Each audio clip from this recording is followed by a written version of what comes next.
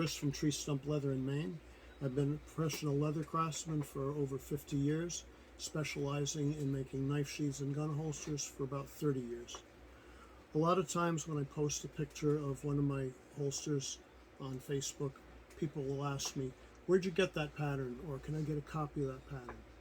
The fact is, I make a pattern out of paper, I trace it out, I cut out the pattern, leather, and when I'm done I throw out the pattern. I don't need it. I'm going to do another one next time. It'll be different. So they're different each time. I don't need to keep patterns. And it only takes about 2 minutes to make a pattern. I'll start with the most basic wraparound type holster, and start with a piece of paper. Paper is cheap, so use plenty of it. I fold the paper in half, like so. Lay the gun on up against the fold. Here's the fold in the paper. And allow plenty of room. Allow about an inch. You need to wrap that around. It needs to come more than halfway because you have to allow for the thickness of the gun, the thickness of the leather. So I'm going to bring this up beyond halfway, beyond the middle of the back of the gun. All right. And it's going to be the same regardless of the type of gun, whether it's, in this case, a revolver with a 6.5-inch barrel, but it'll be the same. The concept is the same. Allow plenty of room beyond the outside of the gun. This is going to be, this of course is the sewn edge. Allow plenty of room. First of all, you're going to have a welt that's going to go on the inside. You need to allow for the width of the welt. You need to allow for the thickness of the gun. So you're going to come out about like so.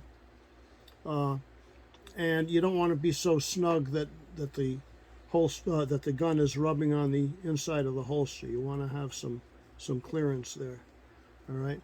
As far as here, you can. It's a matter of personal preference. You can cover the trigger guard. I usually do, but allow enough room here, right, so that when you're reaching to take the gun out, that you can get your hand in here. All right. Other than that, in this case with the rear sight, you don't want to come up beyond the rear sight, but you're going to come up like so, and like so. All right, and then finish that off. I don't ever come across straight. This is a matter of personal preference, but curves are much more attractive. I always use curves when I can. Right, so there's the basic body of the holster. Then for the, there it is. For the belt loop, this is all going to be one piece. I'm going to come about like so, and about like so. And again, I'm going to curve this, not only because a curve's more attractive, but you don't want a sharp corner here because that'll be a weakness. That's where leather can eventually start to wear and rip out. So curve everything. All right. So there's plenty enough. Okay, we're going to cut that out. You could stop right now. Okay, so now I've got this all cut out. But what I've got, if you open that up, is an extra piece here. So we want to get rid of the front, because this is the part that goes down the back to create the belt loop.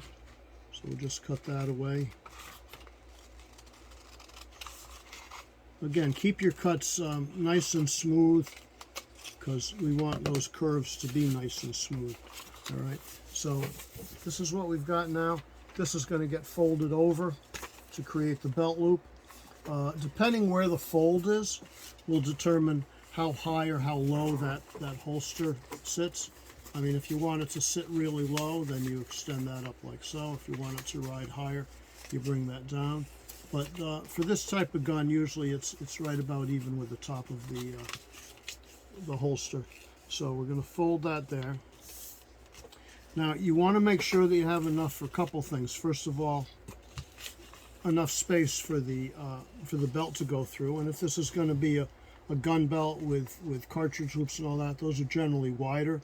Or if it's just a normal belt loop, it doesn't have to be as wide. But I usually leave a good 2.5, 3 inches. And then you also want enough to come down to stitch to. You don't want it to just be chopped off right here. So, and then the other thing is, the outer edge of the holster is going to come like so. So we need to get this out of the way. You don't want that to be in the way when you're stitching up the body of the holster. So we're going to come about like so to get that. All right, so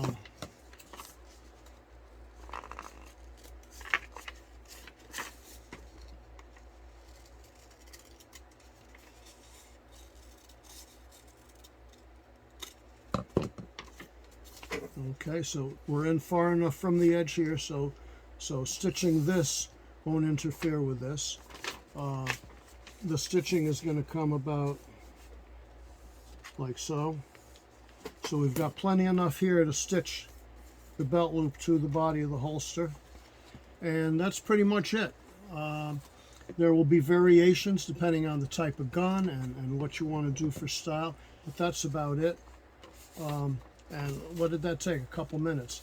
And then you want to just check it, make sure. See, I've got plenty enough there. All right, I've got room for my hand to grab it. I'm not going to have my finger in the trigger guard when I pull that out. It's going to be here, which is where your finger should be on a gun when you draw it from the holster. So you want to have enough room there, and that's about it. It's not rocket science. It's pretty easy, and like I said, I'll trace that out onto the leather, which we'll do in the next video. And when I'm done, I toss it out, because what it takes a couple minutes to do. I'll just do it, you know, again for the next one, because it might be a little bit different. And there's your pattern. That's all there is to it.